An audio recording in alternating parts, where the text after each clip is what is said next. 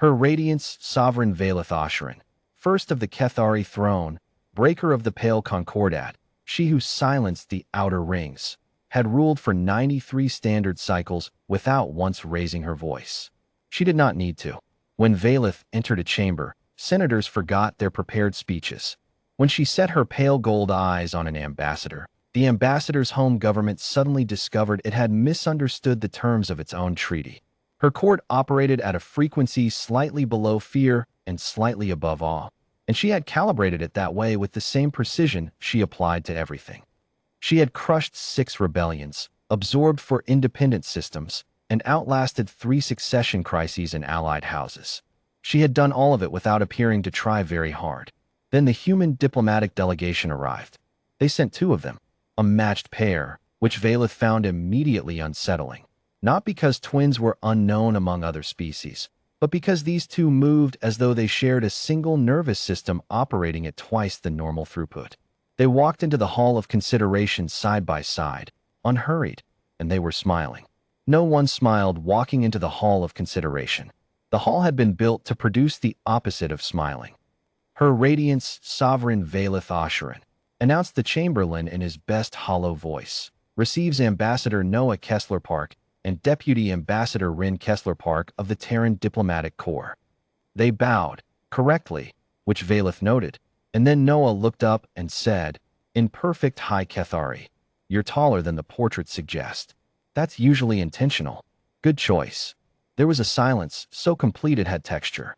Valeth studied the human. Noah was perhaps 40 cycles in human reckoning, dark-haired, wearing a deep green formal coat that managed to be immaculate and slightly informal at the same time. Her twin Rin was dressed identically. Their face the mirror of hers except for a small scar above the left brow and an expression that suggested they were 3 seconds ahead of everyone else in the room and finding it mildly exhausting. "You have opinions," Valeth said carefully, "about my portraits." "We have opinions about everything," Rin said, from the left. "It's a family problem. We're working on it," Noah said, from the right. "We're really not," Rin said. Valeth's senior advisor, Prelate Thuin, made a sound like a small creature being stepped on. He had drafted 40 years of careful protocol for how audiences with her radiance were supposed to proceed. None of those drafts had included the word banter. The negotiations were supposed to last 3 days. They lasted 11. Not because they went badly, because Valeth kept finding reasons to extend them. She told herself it was strategic. The Terran coalition held 7 transit corridors that her expansion plans required. Understanding how these particular humans thought would give her leverage. This was simply good statecraft. On the 4th day, she agreed to a working lunch instead of a formal reception, because Noah had mentioned offhandedly that formal receptions made treaty language worse, something about ceremonial context activating the wrong part of the brain for precise drafting. Valeth had intended to be unmoved by this. She had agreed to the lunch before she finished deciding to be unmoved. The lunch lasted 4 hours. Rin talked about transit corridor economics in a way that was somehow also about the social architecture of trust.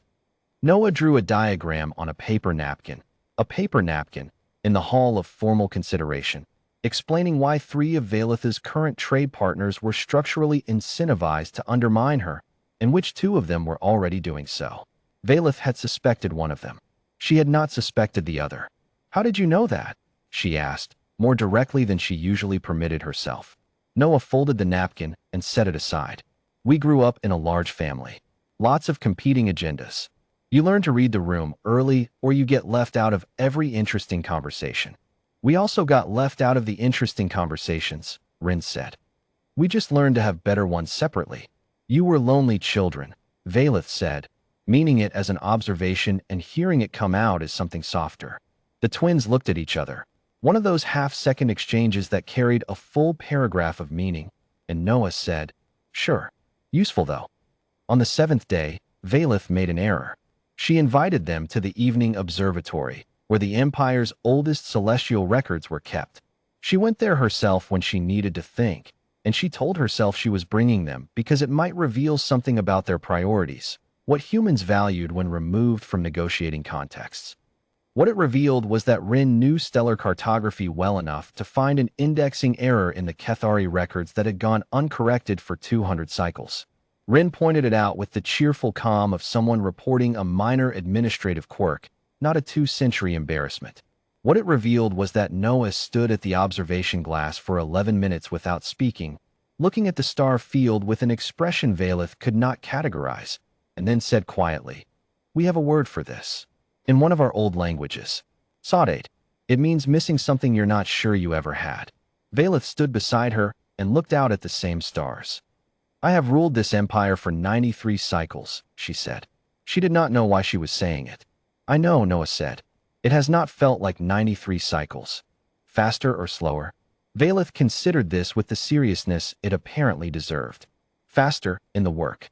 Slower in everything else. Noah nodded as though this was not a strange confession from a sovereign to a foreign ambassador, but simply an answer that made sense. "That tracks."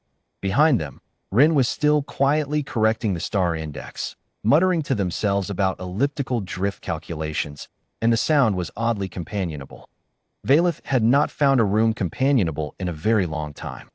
On the 10th day, the treaty was effectively finished.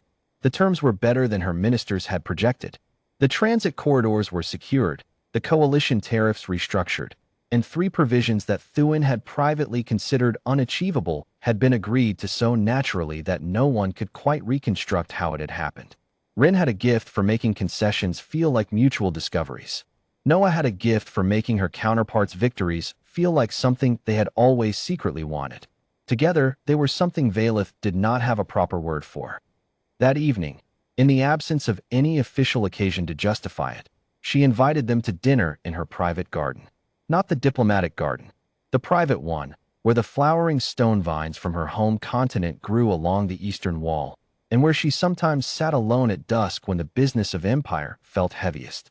Thuin looked at her with an expression that said several things simultaneously, all of them concerned. Valeth looked back at him with an expression that said the conversation was over. Dinner in the garden lasted 3 hours. They talked about food. The twins had opinions about food that were elaborate, contradictory, and entirely consistent with each other. They talked about governance, about the specific loneliness of positions with no peers, about what it meant to make decisions that moved millions of lives by increments too small to perceive from the inside. Noah said, "You can't feel the weight of that in the moment. You only feel it afterward, which is probably adaptive if you think about it." Rin said, "She's saying it's probably good that power feels manageable in the moment or no one would be able to exercise it." "I understood her," Valeth said. "You understood me fast," Noah said, with something that was almost delight. "Most people don't."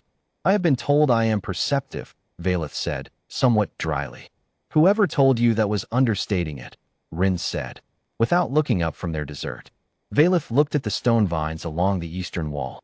She looked at the 2 humans sitting at her private table, disagreeing about something minor and completely at ease, taking up exactly as much space as they needed and no more. She thought about 93 cycles of calculated distance. She thought about the napkin with the diagram on it, which she had kept. Not for intelligence purposes. She had simply kept it. "You'll come back," she said. It was not quite a question. The twins exchanged their half-second paragraph. "The treaty has a 5-cycle review clause," Rin said. "We like to be thorough," Noah said. 5 cycles, Valeth said. "Give or take," Noah said, and she was smiling again.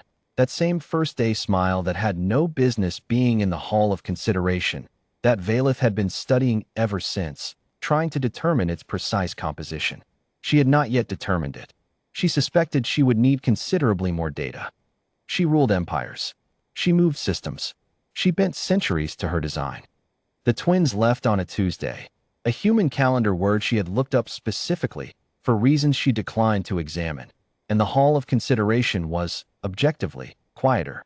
Her radiant sovereign Valeth Oshiran stood at the observatory glass for a long time, looking at a star field someone had quietly corrected, and felt, for the first time in 93 cycles, that 5 years was not very long at all.